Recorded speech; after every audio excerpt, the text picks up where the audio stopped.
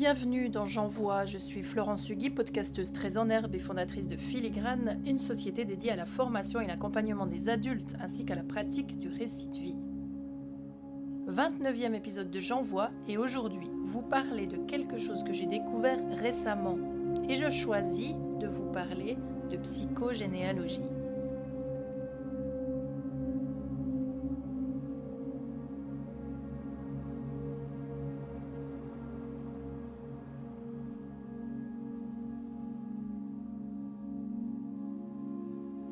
On ne se dirige pas par hasard vers la psychogénéalogie.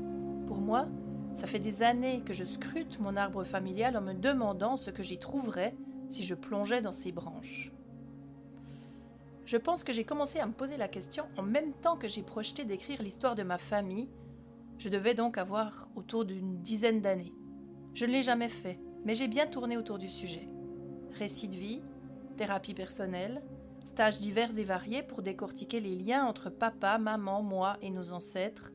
J'y écumé tout ce qui existait, ou presque, pour faire un peu de lumière sur la question. Jusqu'à ce que je fonce droit dans la cible, choisir de me former, enfin, à cette discipline. C'était il y a quelques années, mais le fait que le thème soit si vaste fait que j'ai encore aujourd'hui l'impression que je découvre à peine la richesse de cette approche, et surtout les réponses qu'elle pourrait m'apporter. J'ai d'abord découvert que la psychogénéalogie était bien décriée, farfelue, pas scientifique, une sorte de magie, récupérée par des sectes ou générant de faux souvenirs. Il y a, certes, une prudence à avoir comme avec toutes sortes d'autres approches.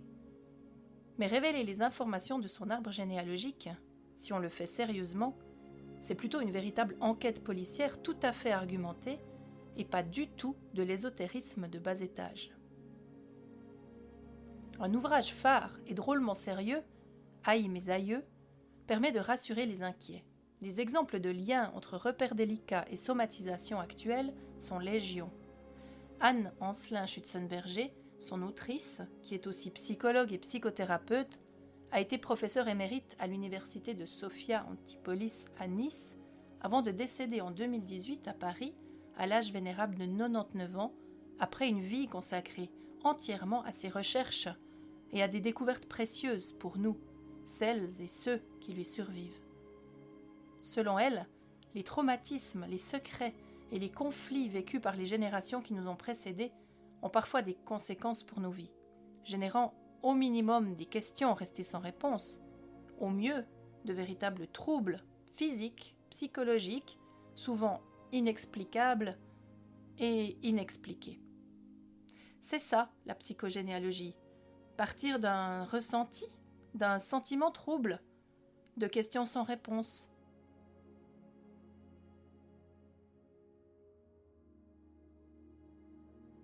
Et grimper dans son arbre pour partir en quête d'une piste. Parfois, c'est le moment et la réponse se cueille sans difficulté. Mais parfois, l'arbre fait de la résistance. C'est ainsi.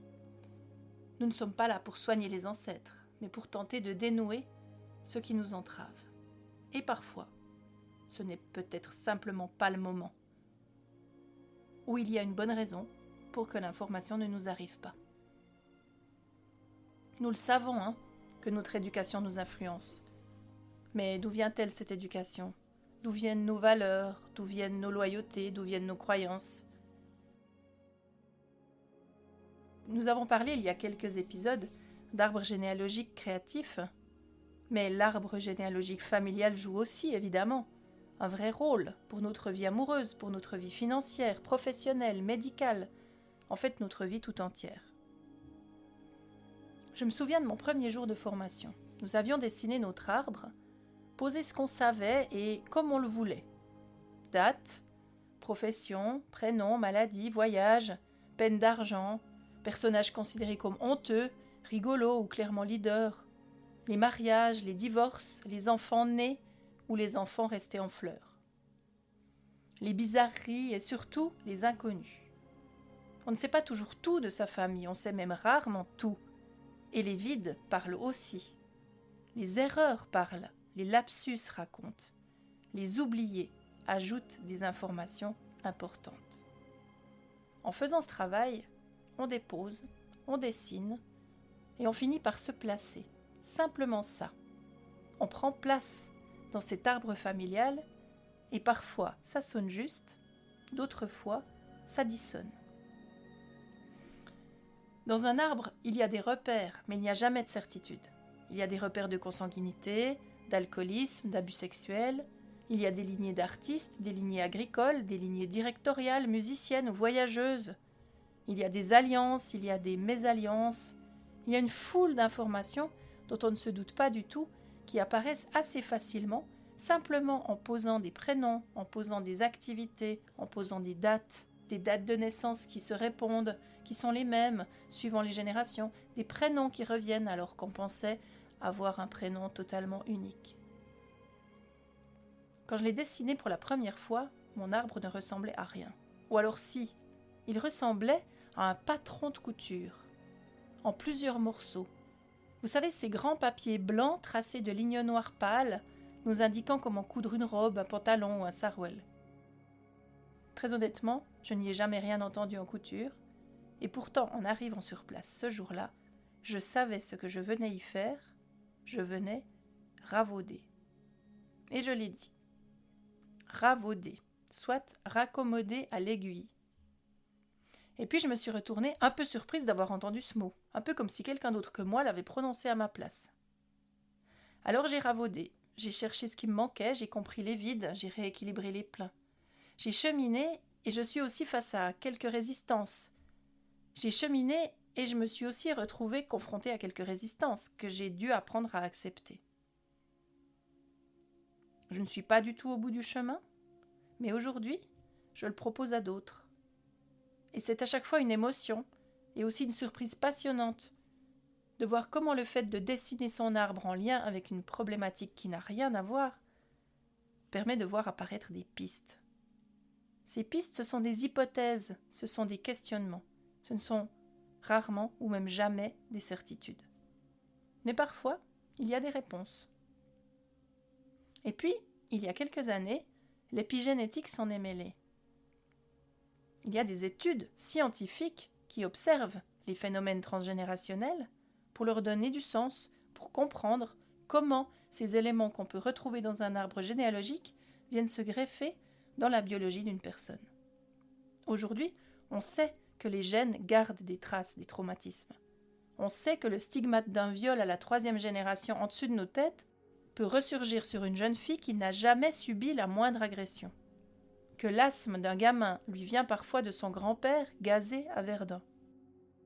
C'est très troublant, certes. Mais c'est surtout sortir du jugement pour aller non seulement à la rencontre de soi, mais aussi de son environnement, de sa famille, de ses racines. Et vous, avez-vous déjà pensé à simplement dessiner votre arbre ?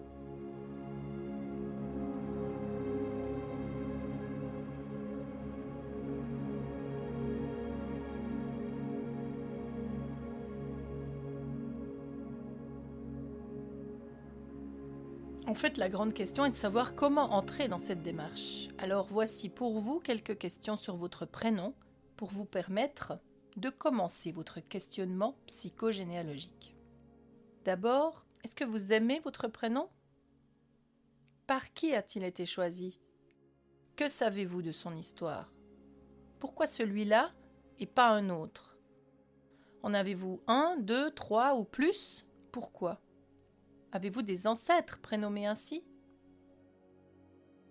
Votre prénom est-il d'origine locale ou fleure-t-il bon une autre culture ? Et comment vous seriez-vous appelé si vous aviez été d'un autre sexe ? A-t-on d'ailleurs envisagé de vous appeler autrement ? Ou aviez-vous un surnom ? Si cela vous amuse ou vous intéresse, vous pouvez plonger dans ces questions pour voir quelles nouvelles questions elles font apparaître. Peut-être bien. Merci de m'avoir écouté jusqu'au bout. Je vous donne rendez-vous demain pour un nouvel épisode de J'envoie.